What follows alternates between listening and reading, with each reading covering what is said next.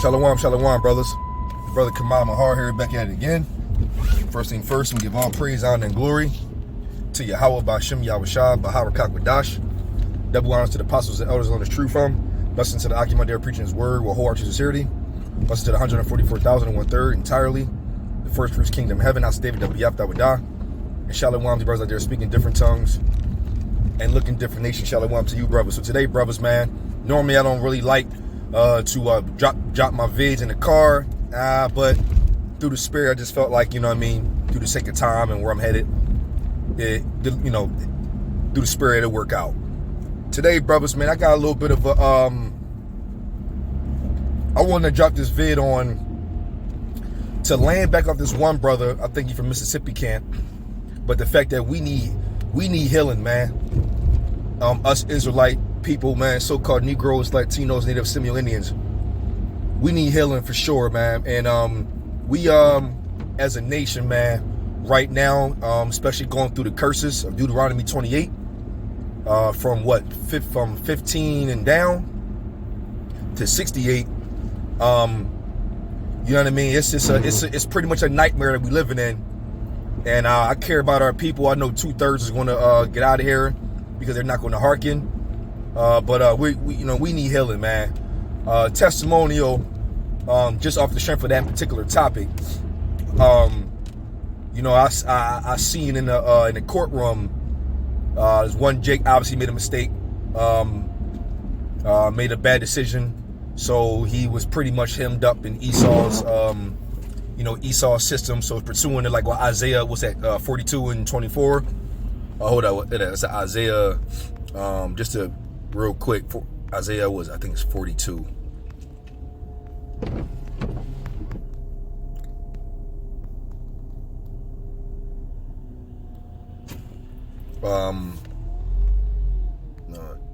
Or is, maybe see something, or it might be 20.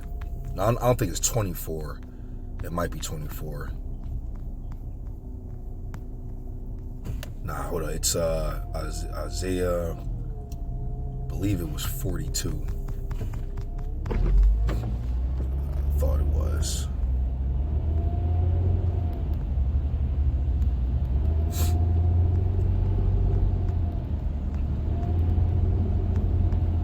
Salakia.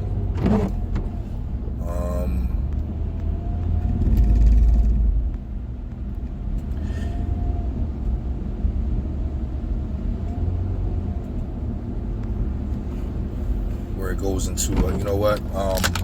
Let me see if I can just do this. Snared and holes. There we go. Partial. See if that comes up. You can see exact phrase. Okay. Let me see. Snared.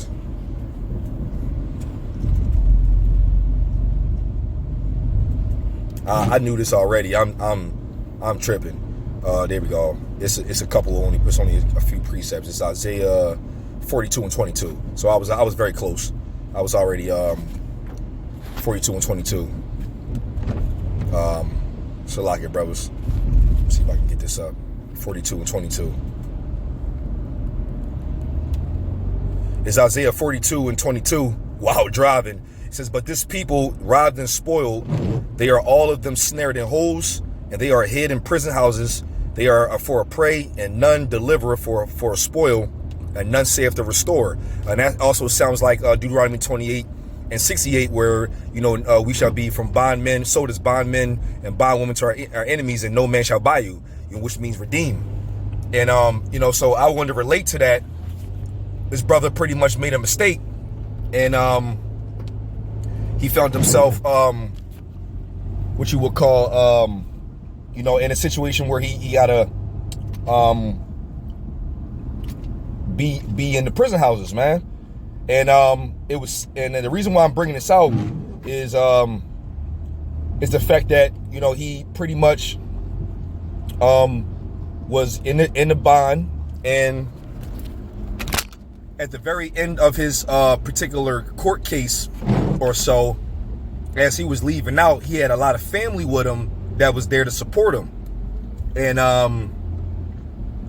one of the saddest things I seen was the fact that when the brother had walked back into the, into the prison part of that court. The brother, asked the sheriff or the cop, can I at least hug my family or my pop? And because he was going away for a very long time, at least about 16, maybe 10, 16, 20 years or so. And what happened was the sheriff or the cop initially said no and took him in. I said, damn, like, you know what I mean? That was just like really rough. Because that was the moment where he wouldn't see his family or touch his family again from that point. And then out of nowhere, the cop or the sheriff comes right back out and says, hold on.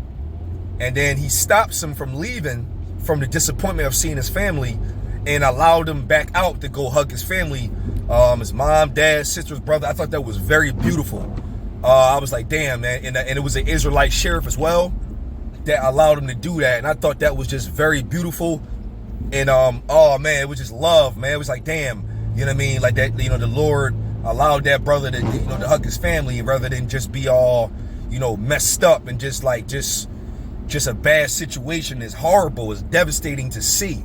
And that brother allowed them to do that, which was also further lets me know that we are almost at the end, because when we was in slavery times, something like that would have been like, hell no, and deal with it. And it was just very hurtful to, because we was getting sold from our to our enemies, and we were separated from our families, even though that's what happened. But at least, in those times, it'd have been F you ain't about to see your family and and take this L, rather than it was like, damn, there's a little slight mercy was involved, which give you an inkling that we're about to be at the end of this thing. And it shows you that mercy is starting to come upon Jake, even though it was in a bad situation. So, that's what I'm seeing. And I know we at the end, like-minded brothers who are in this truth know we at the end. And we know the curses was coming off of us, and it's going to go on to the heathen, right? So when I brought out Isaiah 42 and 22, you know what I mean? The brothers is in the prison system. He robbed and he spoiled and holds, man. I know he made a mistake, but also he doesn't know he an Israelite. He doesn't know he an Israelite, obviously. That question was asked. The brother was Muslim, so he's also under the curse of wood and stone. And he don't know who his culture is, man. Lord willing, at some point in time, maybe in the system that he's in, Lord willing, the Lord open him up if that's what needs to happen. If not, then, it wasn't meant for him, and it just another indication that the Lord blinded who he blinded, had mercy on who he had mercy on, and who he does and who he doesn't, right? So I wanted to bring that out, man, because you know what I mean? I'm at a point now, I'm like, damn, you know what I'm saying? I understand the curses, I understand what we are, and I understand we sinned against our power and broke the covenant, and are not going to the ways of Yahweh Shem Yahushua. And that's the reason why we're in this mess, right? And, me and other like-minded brothers, whoever watched this video, we need to be praying to Yahweh Bashem Yahushua, Dwada, which means thank you, that we know this ministry and we can repent and we know the names of Yahweh Bashem Yahushua to come back to the ways, man. Because not every brother's going to be able to do that. Like this brother's not going to be able to, he can, but obviously in the position he's in right now, he's not able to do that. He don't know the power. He don't know the name. And so, AKA, according to the video I'm making, man, that brother and as a whole, as a nation, we need healing, man. We need Yahweh to send back Yahushua to deliver his elect, man, so we can put the Israelites, so-called Negroes, Latinos, Native Seminole Indians, 144,000 and 1/3, Lord willing, I can be a part of that number, and you sincere brothers, back into authority on the earth, so that way we could be, so righteousness can be reigned, which obviously in this case scenario will correspond with Proverbs 29 and 2. It says, when the righteous are in authority, the people rejoice, but when the wicked bear rule, the people mourn. And right now the wicked is bearing rule, And everybody's mourning, especially our people, because you so-called Negroes, Latinos, Native Seminole Indians predominantly is in the jail systems, which was obviously meant for you to be robbed and spoiled in the first place. It was all set up for a downfall of our people, man. You know what I mean? So because we're at the end, you know what I mean? It's a beautiful thing to go into this particular topic, because we're about to be out of this bullshit captivity. Like pursuant to Lamentations. Lamentations 4, 21 and 22, percent of 2020, for real, 22. The punishment of thy iniquities accomplished, O daughter of Zion. Talking about you Israelites, you so-called Negroes, Latinos, and Native Seminole Indians. And it says, he will no more carry thee away into captivity, right? This is our last captivity we're in right now, and we can see the transitional period coming along with the end, knowing that the kingdom of heaven is at hand. He will visit thy iniquity, O daughter of Edom. He will discover thy sins. And that's talking about, Esau and all the other nations, predominantly Esau, who's ruling this place, considered the wicked, is who got our people into this bullshit. And have to see the devastation that the brother had to go through, man. It was sad, man. But we need healing, man. We need this captivity to be over. Put the righteous in authority so the people can rejoice. Everybody gonna rejoice. When you got the Israelites in rule, you know what I'm saying? Everything gonna be in great order, fresh food, fresh water for everybody. And they're gonna have to go through our rules and regulations under the law, statute, commandments,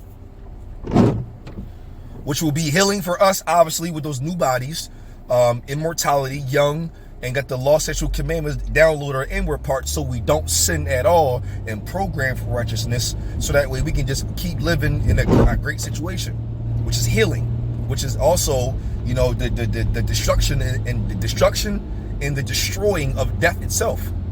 We're not going to taste that anymore. We need to get up out of that. We need healing, right? Which goes into, matter of fact,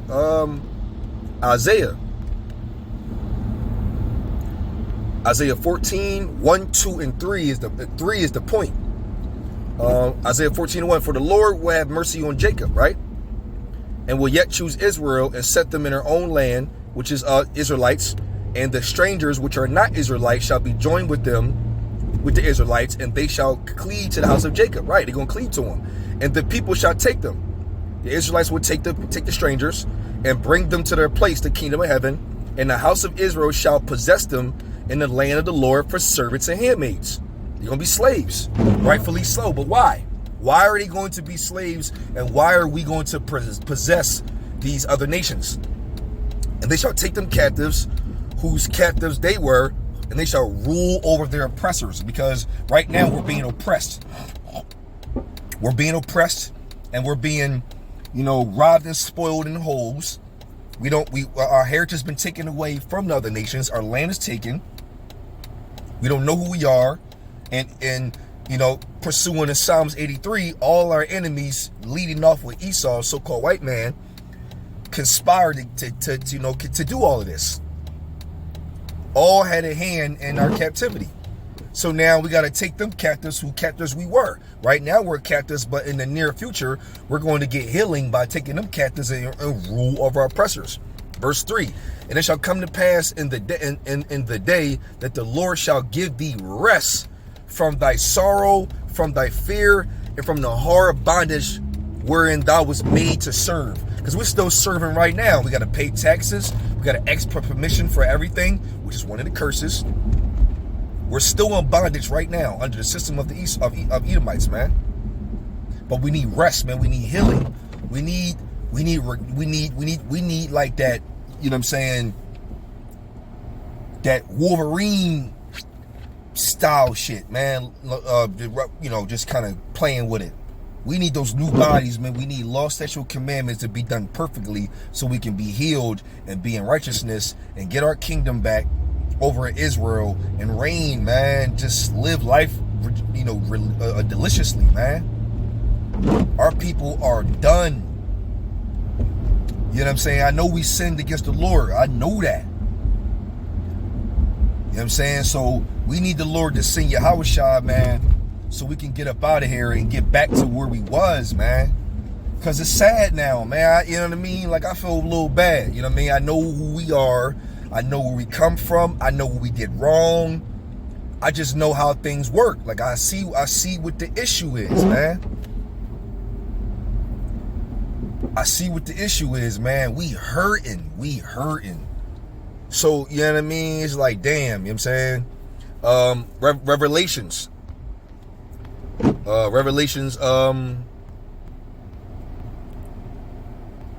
2:9, right?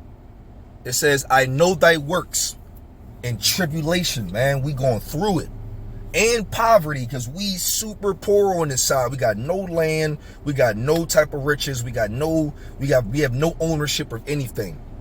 But thou art rich in faith. You know what I'm saying? But when you think about it through the spirit, actually, we own all this shit. We do. We are actually, theoretically, we are super rich. Theoretically.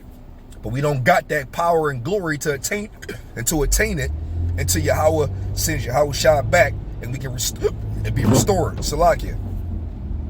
And I know the blasphemy of them which they say are Jews, taking our name, and are not, but are the synagogue of Satan, man. You see that? We got to take back what's ours, man. It's getting real. It's getting real. But it's coming to a time where the Lord's going to deliver us, man, and get us out of this dumbass place and put us back where we rightfully need to be. And give ourselves healing, man. We need to get up out of here to survive this dumbass shit so we can be back into our rightful place, man, and be as the head instead of the tail, man. So Lord willing, man, it's edifying to you, brothers, man. It's for comfort. I'm gonna give all praise, honor, and glory to Yahweh, Ba'ashem, Yahweh Shah, Bahara Kakwadash. Yahweh is to be exist, Ba'ashem in the name, and the only begotten Son, the Lord and Savior, Yahweh Shah, Ba'ashem, Baha, and the Holy Spirit of Kakwadash. Double honors to the apostles that I was learning true from. Blessing to the Akimadir preaching his word, well, whole heart, true sincerity. Blessed to the 144,000, 1/3 entirely. The first fruits, kingdom of heaven, house of David, the Biaf, that would die. And shalom to brother, they're speaking different tongues and looking different nations. Shalom to you, brothers. We almost out of here, brothers.